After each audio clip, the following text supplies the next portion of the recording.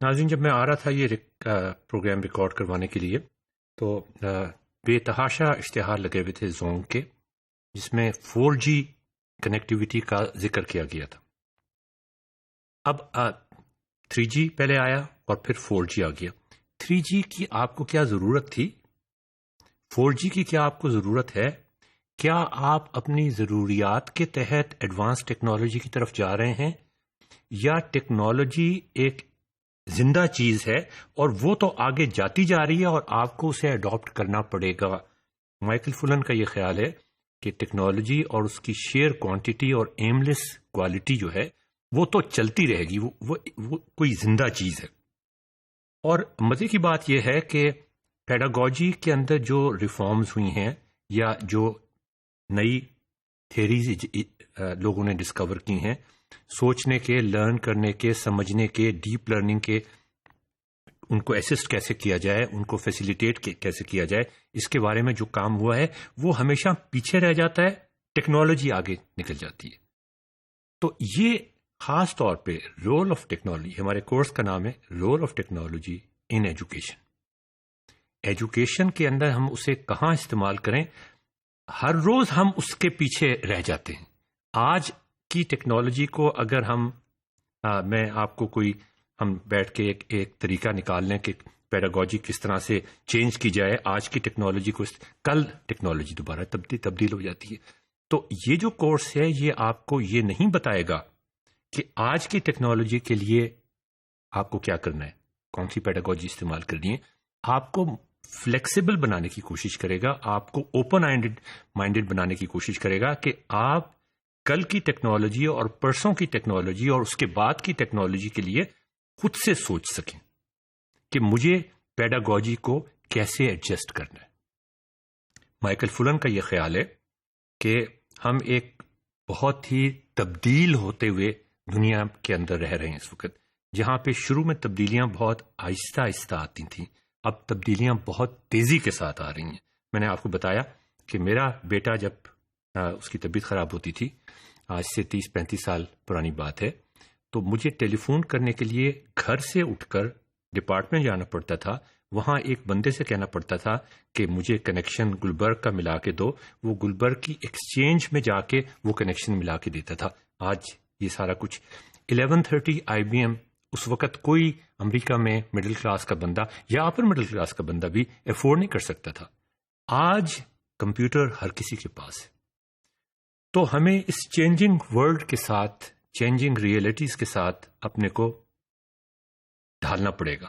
Right mix of pedagogy and technology, یہ ہمارے course کا، اگر میں کہوں کہ ایک لائن میں یا 3 الفاظ میں اسے ڈسکرائب کر دیں تو وہ ہوگا right mix of pedagogy and technology, تاکہ لرننگ بہتر ہو سکے۔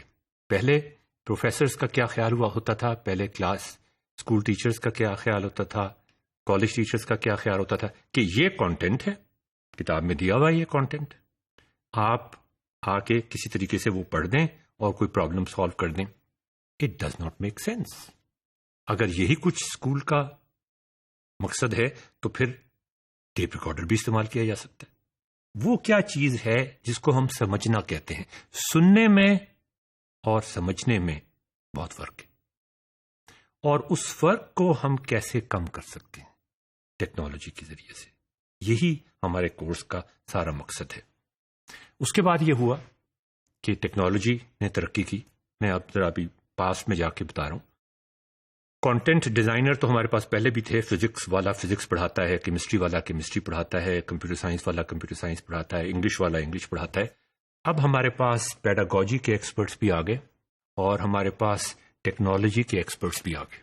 جب وہ آئے تو پیڈاگوجی والے نے کانٹینٹ ڈیزائنر سے یہ کہا کہ بھئی یہ تمہارا جو کانٹینٹ ہے یہ ٹھیک ہے، لیکن اس میں کچھ تم تھوڑا سا ایڈجسٹمنٹس کر لو۔ تھوڑی سی اس نے نہ چاہتے ہوئے بھی، اس لیے کہ وہ سمجھتا ہے کہ میں فزکس کا بادشاہ ہوں۔ یاد ہے آپ کو، ہم نے ایک ماڈیول میں یہ ڈسکس کیا تھا کہ فزکس کا ٹیچر جب فزکس کی کتاب لکھتا ہے تو اس میں انہیرنٹلی خرابی کیوں ہوتی ہے؟ اس لیے کہ وہ ایک خاص طرح کے لوگوں کی سوچ کو ریپرزینٹ کر رہا ہوتا ہے، اور وہ کتاب صرف ان سوچ کے لوگوں کو اپیل کرتی ہے. فزکس کی کتاب ایک فزکس کے پروفیسر کو نہیں لکھنی چاہیے یا اکیلے نہیں لکھنی چاہیے. تو ناظرین، وہ کہتا ہے کہ یہ پیڈاگوجسٹ کو تو کچھ پتہ نہیں ہے کہ کیا فزکس کیا چیز ہے، یہ خامخواہ میرے اوپر آ کے مجھے یہ کیوں بتانے کی کوشش کر رہا ہے. وہ تھوڑی بہت اس میں اینیمیشنز ڈالنے کی کوشش کرے گا، کچھ ایگزامپلز بڑھا دے گا، اور پیڈاگوجسٹ اس طرح سے مطمئن ہو جائے گا. اب بات آتی ہے ٹیکنالوجی کی. یہ تیسری سٹیج آئی. کتاب بن رہی تھی، کتاب کو لکھا جا رہا تھا، کتاب ڈیزائن ہو رہی تھی، کانٹینٹ ڈیزائنر نے کتاب کو اپنے دماغ میں سوچا، پیڈاگوجی والے نے اس کو تھوڑا بہت تبدیل کرنے کی کوشش کی، اور ٹیکنالوجی والے نے کہا اس میں کچھ سیمولیشنز ڈال دو، اس میں کچھ انٹریکٹیو ایگزامپلز ڈال دو تو یہ ذرا زیادہ ایکسائٹنگ ہو جائے گی.